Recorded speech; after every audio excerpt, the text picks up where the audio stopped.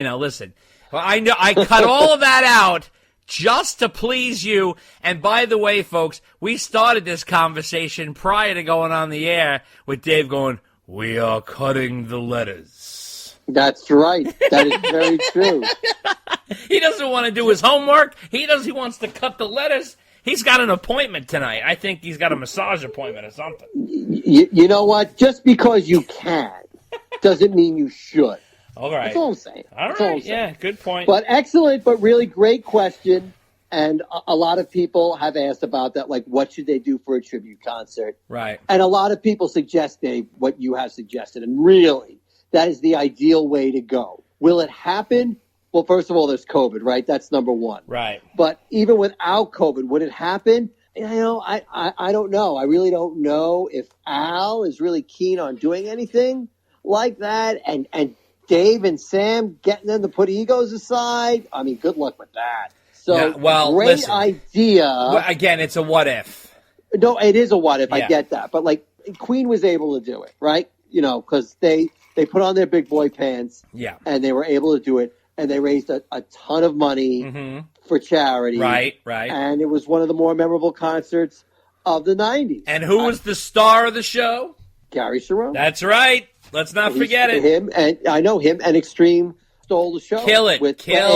With the Queen medley. Yep. And I think Gary did Hammer to Fall, right? Well, he did a whole medley of songs. Yeah, I'm trying to. Did he do Hammer? I think he did. I think he did Hammer to Fall with Queen, right? Yeah, I think he did. It was an amazing show. It really was. It was. I also loved the second letter here now. Can we do that? Yes, sir. Right, you know what? Ever let's be honest. Ever since I did the Hail to the Chief theme before you read your letter on the last episode, you got a little bit of an ego boost. That was a beautiful touch. Thank you for doing that. But we got to keep things all right, I'm moving. That's all, folks. Letter number 2 from Jeff Shrewsbury. He says, "Hi, Dave and Dave. I read years ago that Ed's middle name is pronounced..." Hang on, I gotta get it out here. I knew this was going to happen. I have to frenetically put it out. It's tricky, this thing. It is tricky. It's Lodavike. Lodavike. Okay, yeah, I'm in my horrible New York accent. I think I called him Lodgerwick. I mean, it just. I apologize. That's a tough name to pronounce. I apologize to all parties involved in the family. So Lodavike. Just a brother helping a brother. I am still devastated by Eddie's death, as many are. May God bless his family. Have a good day, and thanks for doing the job you do. Long live the king, Jeff Shrewsbury. Well, Jeff, thank you for clearing that up. By the way, I believe in the last episode, the letter that I said was EVH, I think was Jeff. Jeff, I apologize for that. I don't think you signed off on it, but I should have recognized your email, so I apologize. That was definitely him. I think it was, at least. Anything to say on that, Dave, about the pronunciation of Lodavike? Lodavike. Nope, now we know how to pronounce it. Yep, well, you learn something new every day. On to letter number 3, because Dave's got a fire on my ass. Okay, guys, and this comes from Eric Torbeck, one of our friends who writes all the time. And he says, "Hey, guys, don't know the state of the podcast, but I hope it continues. I've been listening since the beginning, and I love it. I thought I'd like to share my thoughts on the episode. No question, just memories. I know this is a little bit long, but as Ed says, screw the rules. If it sounds right, then it is. Well, unfortunately, Ed and Dave have different philosophies, so we are going to have to skip through some of this here and get to the right thing." But he says, "I don't know where to turn but you guys because of this podcast. No one else is going to understand how I'm saddened by a death from a guy I met once for 2 minutes. Well, we all know how much more than that he was to all of us. Unlike most, my introduction was an eruption. It was Jump in Panama, and he was 11 when he got in 1984. Unfortunately, the tour had already made it through his area, and he wasn't able to see them. However, he kind of read all the magazines that we did, like Cream and Circus and Kerrang and Rip and all those magazines that he used to read about Van Halen. He says even his wedding had Van Halen themes in it, where they were introduced from Top of the World, which was really kind of cool. And he also said that basically every song from the first 11 studio albums has a personal memory for me, and I dove back into the catalog this week and enjoyed all the memories that have come and all the joy that the band has brought me over the years. I think I could best sum it up in two ways. I don't play guitar, but it's easy to understand a guitar player idolizing him, but somehow Ed spoke to a non-player like me, and I loved his work just as much. As great as the studio stuff is, every song is better live. That's what kept me coming back. It was a huge part of my childhood that died, and it's a double kick in the gut knowing the band is officially over. Don't be sad Ed's gone. Be glad he was here. Ed Torbeck from New Jersey. Well, we totally understand, Eric, but know this. Ed is being celebrated all over the world like never before. His music is here to stay and forever, and I would never want him basically to be here in pain, uncomfortable, and happy. That's for sure. I feel for Wolf, Al, Val, and Janie on a personal level. As for us, he gave us so much, it's hard to ask for more. Of course, we're all whores, so we do ask for more, but it's because we're all fans and we want every drop. But it's all just love. What can we say? We all miss him. We feel the same, and you shouldn't feel bad that you feel such a connection even though you don't know him, and even though you're not a guitar player. Dave and I are not guitar players, although Dave's been known to handle an instrument quite often, but it's not a guitar. Anyway, well, I know you have trouble finding yours. Well, touche, sir, touche. So we're going to move on. Dave, you have any comments for Eric? No, the only thing I have is Ed touched a lot of people, and it's just really interesting how, somebody you've never met affects you so deeply. And there's a lot of people out there who feel that way, especially with a musician that has been so integral as part of your life because you grew up with that music and it affected you so much. It's very true. We're only human, so of course you'll feel that way. Absolutely. Letter number 4 comes from Shannon the Dude. He says, man, everyone got over Eddie fast. Sam is off promoting stuff on Twitter. Dave is on TV painting, and I have to assume this was recorded weeks ago.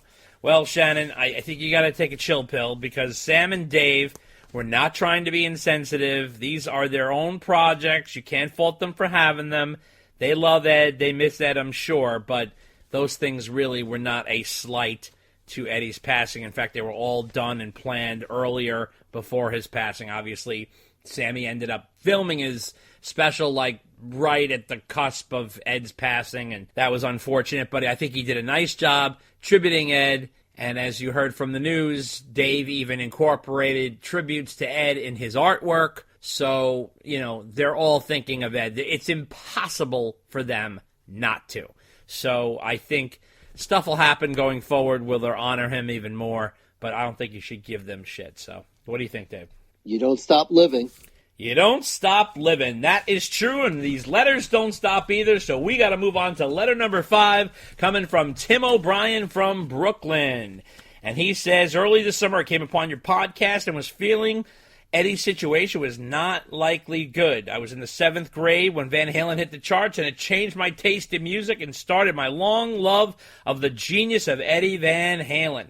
And then he said he wasn't really into the Sammy era, but he was more of a Dave era guy. He also said that in his adult years, he was amazed how exceptional a different kind of truth was, and that he went to go see them at Madison Square Garden, and he loved that show as well. But he says life goes on, and I'm aware Eddie's health issues in these past few years, and this summer we need to celebrate and revisit his Van Halen catalog, and he says our podcast was part of that. I heard about Ed's passing that week, and I was crushed. Though I was prepared for it, the news hit me hard. Unlike Dave, Eddie stood back and talked very little. We never got enough of him. And his work product was select and relatively rare, although it was extremely good.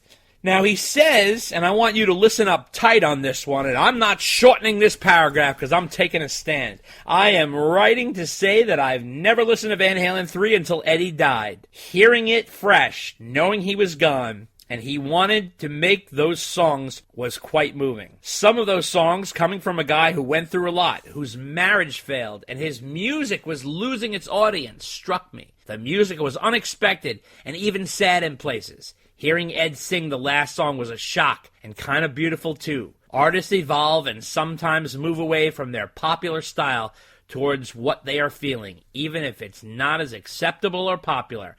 And I think that's where he was at the time, wanting to be known for more than what he was. In that way, I found the album more rich than I know it was received. I did listen to your review of it, and yes, you were pretty accurate, and you went through it track by track. Still, when one hears music is really important, as a lifelong Van Halen fan, hearing that last Eddie album in October of 2020 was a revelation. Keep at it.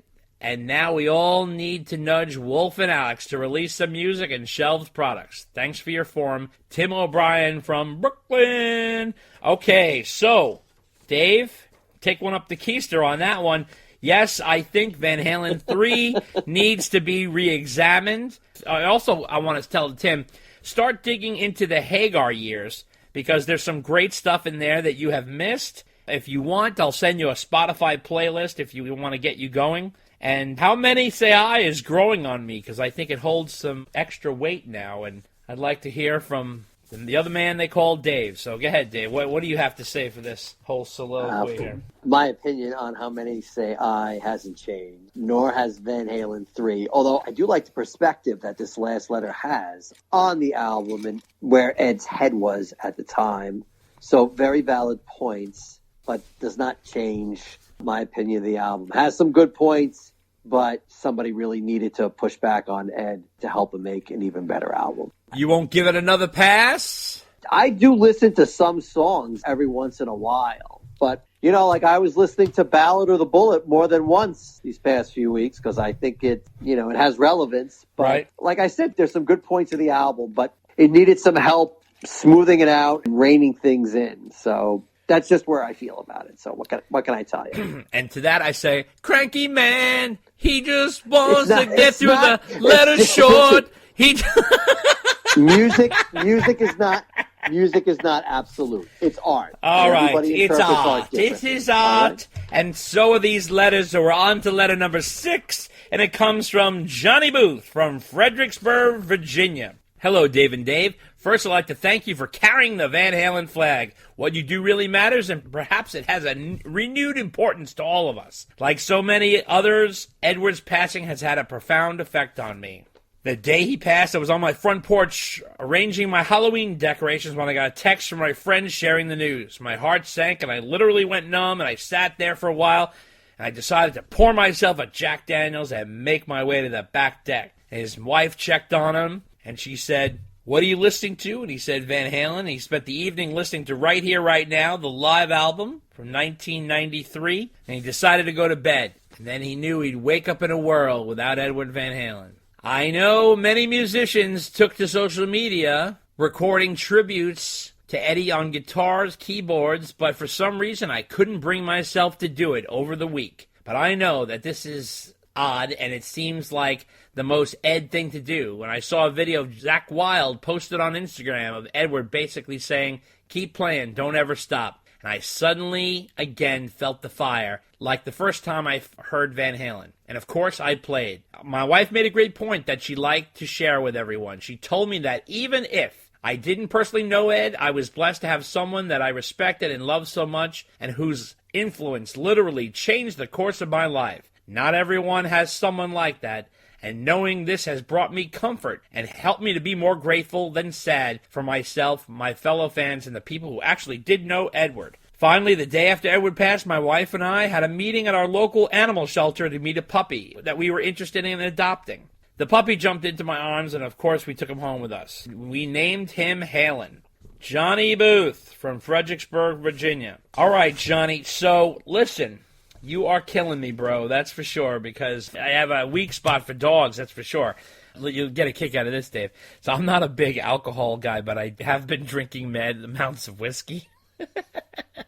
Really? Not like out of control or anything, but like, here and there I've been having it. So the other night my wife yelled at me. She said, she was standing up at the top of the stairs and she yelled out, "David, you've been hitting the bottle hard," because I had like empty recyclables upstairs. So I don't know what it is about Van Halen and whiskey, but it's true. Van Halen is definitely tied to whiskey. Love the whisk, although I'm not really a JD guy. I like the Bullet more than JD because I'm a little bougie when it comes to my whiskey.